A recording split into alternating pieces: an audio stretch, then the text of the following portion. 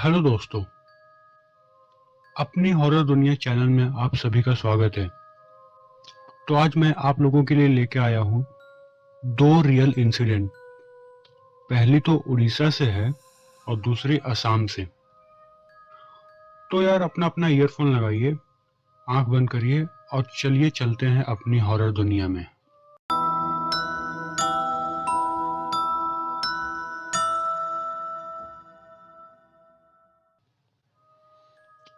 तो ये जो फर्स्ट स्टोरी है ये आज से लगभग 3.5 साल पहले की है।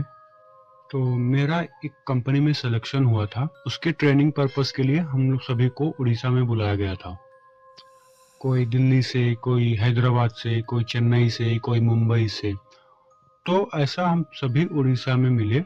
हालांकि ये घटना मेरे साथ तो नहीं हुई थी, लेकिन मेरे एक दोस्त के साथ हुई थी। तो हम सभी वहां पे मिलजुल के एक पीजी लेते हैं। मैं और मेरे 8 दोस्त कंपनी से लगभग 3 किलोमीटर की दूरी पर एक पीजी लेते हैं और हम सभी साथ साथ रहते हैं। हालांकि हमारे साथ तो कुछ नहीं होता, लेकिन मेरे साथ में काम करने वाले एक दोस्त जिसका नाम शुभम है, वो और उसके 6 दोस्त कंपनी से थोड़ी दूर पे, जो कि एक बहुत ही एकांत साइड में एक घर में रहते हैं। वो टोटल घर पूरे 3 फ्लोर का था, जिसमें से वो फर्स्ट फ्लोर पे रहते थे। तो उनके उस घर में टोटल 6 लोग रहते थे। मेरा दोस्त शुभम, उसका दोस्त अफजल, 4 और दोस्त थे, जिसमें से 2 दोस्त तो इस बारे में बात ही नहीं करते थे। पता नहीं क्यों, वो दोनों अलग ही कोई दुनिया में रहते थे। तो ऐसा टोटल 6 लोग थे। तो शुरुआती के कुछ दिनों में हम लोग अपना अच्छा खासा ट्रेनिंग ले रहे थे। तो आगे की घटना मैं अपने दोस्त शुभम के पॉइंट ऑफ व्यू से बताऊंगा। मेरा नाम शुभम है। मैं और मेरे 5 दोस्त उस भूतिया घर में रहते थे।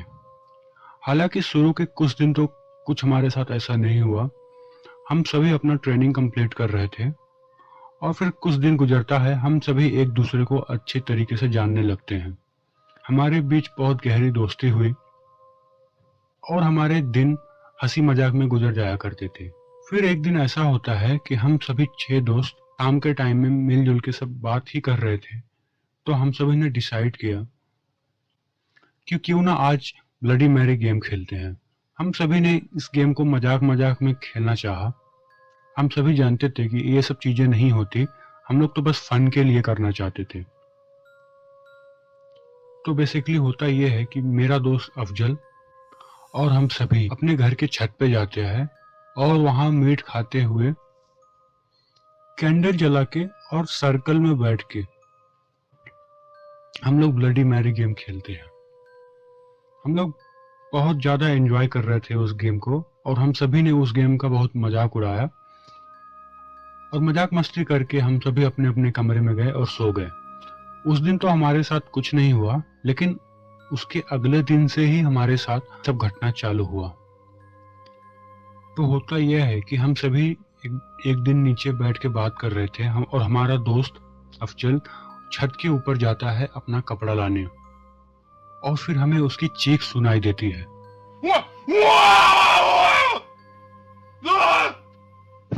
और वो हाँफता हुआ नीचे सीढ़ियों से भागते हुए हमारे पास आता है। हम सभी डर के पूछे क्या हुआ, तो उसने बताया कि छत पे उसे एक परछाई दिखी, जबकि उस टाइम छत पे तो कोई था ही नहीं। उसने बोला कि वो परछाई लगभग 7 फीट थी और वो परछाई देखकर नीचे भाग आया। तो हम सभी हंसने लगे। हमने बोला कि उसे जरूर कुछ गलतफहमी हुआ होगा और मजाक मजाक में हम सभी ने उसकी बात को टाल दिया। लेकिन चीजें यहीं पर नहीं रुकी। धीरे धीरे हम सभी को कुछ न कुछ होने का एहसास होने लगा। कभी ऐसा लगता कि कोई गुनगुना रहा है या धीरे धीरे बात कर रहा है या कुछ तो बड़बड़ा रहा है। हम सभी साथ साथ रहते थे, इसके वजह से इतना डर तो नहीं लगता था, लेकिन ये तो समझ में आ गया था कि जरूर कुछ न कुछ गड़बड़ है। और जिस दिन से हमने वो मीट खाया था उसके अगले ही दिन से ये सारी घटना होना चालू होती है। उस घर के पास एक गेट था और इसे संयोग कहे या कुछ और, जब भी हम ऑफिस से आते थे तो मेरा दोस्त अफजल उस गेट के सामने पहुंचकर ही वॉमिट कर दिया करता था, और ऐसा उसके साथ रोज रोज होता था। एक दिन हम सभी साथ आ रहे थे, उस दिन भी मेरे दोस्त ने उस गेट के सामने पहुंचकर वॉमिट कर दिया। पता नहीं क्यों वो बोलता था कि उस गेट के सामने पहुंचते ही उसे बहुत बेचैनी होने लगती है और उसे वॉमिट हो जाता है। एक दिन हमको थोड़ा आने में रात हो गया और हमने देखा कि हमारे घर की छत पर कोई एक परछाई सी खड़ी है और उस छत पे लगी लाइट बंद चालू हो रही है। ये सभी देख के तो हम सभी डर गए, तो हमने डिसाइड किया कि आज हम अपने घर के हॉल में सोएंगे सब साथ मिलके। हम सभी उस दिन हॉल में सो गए साथ में, और ऐसे ही कुछ ना कुछ चीजें होती रहती थी, और अब हमारा तो आदत बन गया था ऐसी चीजों को सहन करने का। एक बार मैं और मेरा दोस्त सिगरेट पीने के लिए छत पे गए, और वहां मेरे दोस्त ने सिगरेट पिया। सिगरेट पी के आगे चलता हुआ नीचे आ गया। उस टाइम हल्का हल्का शाम हो रहा था। मैं अपने दोस्त के थोड़ा पीछे ही खड़ा था। मैं ऐसा बाहर ही देख रहा था, और फिर मुझे लगा कि अरे ये तो मैं अकेला ही खड़ा हूँ। फिर मैं जैसे ही नीचे जाने लगा, मुझे ऐसा लगा कि कोई मेरे पीछे खड़ा है। वो एक काली परछाई थी जो कि मुझे घूरे जा रही थी। मैं वहां से तुरंत भागता हुआ अपने घर में चला गया और सभी को बता दिया। सब डरे हुए थे। तो ऐसे ही छोटी मोटी घटनाएं हमारे साथ होती रही। लकीली हमारा ट्रेनिंग सिर्फ 2.5 मंथ का ही था, और हम सभी ने अपना ट्रेनिंग कंप्लीट करके अपनी दूसरी लोकेशन, कोई मुंबई कोई बैंगलोर, सब चले गए। मुझे नहीं पता अब उस घर में कौन रहते हैं और उनके साथ क्या हो रहा है, लेकिन जब तक हम लोग वहां पे थे ये सारी घटनाएं हमारे साथ हुई थी। तो दोस्तों, ये थी आज की पहली घटना जो कि मेरे दोस्त शुभम और उसके दोस्तों के साथ हुई थी। और अब आज की दूसरी घटना जो कि असम से है। ये घटना मैंने रेडिट से ली है, तो आगे की स्टोरी मैं उनके पॉइंट ऑफ व्यू से बताऊंगा। मैं बचपन में भूतों की कहानी अपने दादी और नानी से सुनता आया हूं, और लगभग आधा भारत घूमने के बाद मुझे यह पता चला कि ये भारत के ईस्टर्न पार्ट में ज्यादा मशहूर है। ये कहानी 2015 काजीरंगा असम की है, और हम सभी वहीं से रहते हैं। तो एक दिन मेरे परिवार समेत पूरे 10 लोग 2 वीक की ट्रिप के लिए असम से कोलकाता जाते हैं। उन 10 लोगों में मेरे माता पिता, दादी, बुआ, उनके पति और 2 बच्चे और ट्रेवल एजेंट और एक फैमिली फ्रेंड और उनकी पत्नी थी। हमने 2 कार बुक की थी, और रात में करीबन 8 बजे हम लोग काजीरंगा के उस बंगले में पहुंचे। वह रात मुझे बहुत अच्छी तरीके से याद है, क्योंकि यह पहली बार था जब मैंने इस तरीके का चमकदार चांद देखा था। ये पूर्णिमा का दिन था और चारों तरफ चंद्रमा की सुनहरी रोशनी थी। हमारा बंगला वहां के नेशनल पार्क के किनारे बना था। यह 1 मंजिला घर था जिसके सामने लॉन था। एक बड़े रेस्तरां और एक बड़े कमरे के साथ टोटल 5 कमरे थे, और हमारे बंगले के ठीक सामने एक अधूरा घर था जिसके 2 कमरे खाली पड़े थे और 2 दीवारें अभी तक बनी नहीं थी। उसके ठीक बगल में नारियल का एक बड़ा सा पेड़ था जिसकी छांव में हम सभी लॉन में बैठे हुए थे। इससे पहले मैं आगे बढ़ूं, मैं आपको बता देना चाहता हूं कि हमारे चाचा सुपर नेचुरल चीजों को देखने का दावा करते थे। हम सभी कहीं भी जाते थे, उन्हें घेर के उनसे कहानी सुनाने को बोलते थे, और वे हमें कहानी सुनाते भी थे। और हम में से ज्यादातर को तो लगता था कि ये सिर्फ एक मनगढ़ंत कहानी है, क्योंकि जिस तरीके से वो बताते थे हमें तो ऐसा लगता था कि ये तो हो ही नहीं सकता। लेकिन हमें बड़ा मजा आता था, इसकी वजह से हम उनको बार बार कहानी सुनाने को बोलते थे। तो उस रात हम बंगले के पास पहुंचे तो ऐसा लगा कि सब कुछ सामान्य है। रसोई मैनेजर और उनकी पत्नी ने हमारा स्वागत किया। कुछ देर आराम करने के बाद हमने हल्का खाना खाया, क्योंकि हमें सुबह ही से जल्दी उठ के हाथी सफारी के लिए जल्दी जाना था। और अगली सुबह हम सभी तय किए गए समय के मुताबिक सुबह में कार के पास इकट्ठित हुए। मैं नींद में था, और जैसे ही हम सभी कार में बैठे, मुझे अचानक से लगा कि एक सफेद कलर की साड़ी पहने हुई औरत हम लोग को घूर रही है। मैं नींद में था, इसकी वजह से मैंने ज्यादा ध्यान नहीं दिया। और उस पार्क में जाते वक्त मेरे अंकल ने आंटी से पूछा कि क्या सब कुछ सही है।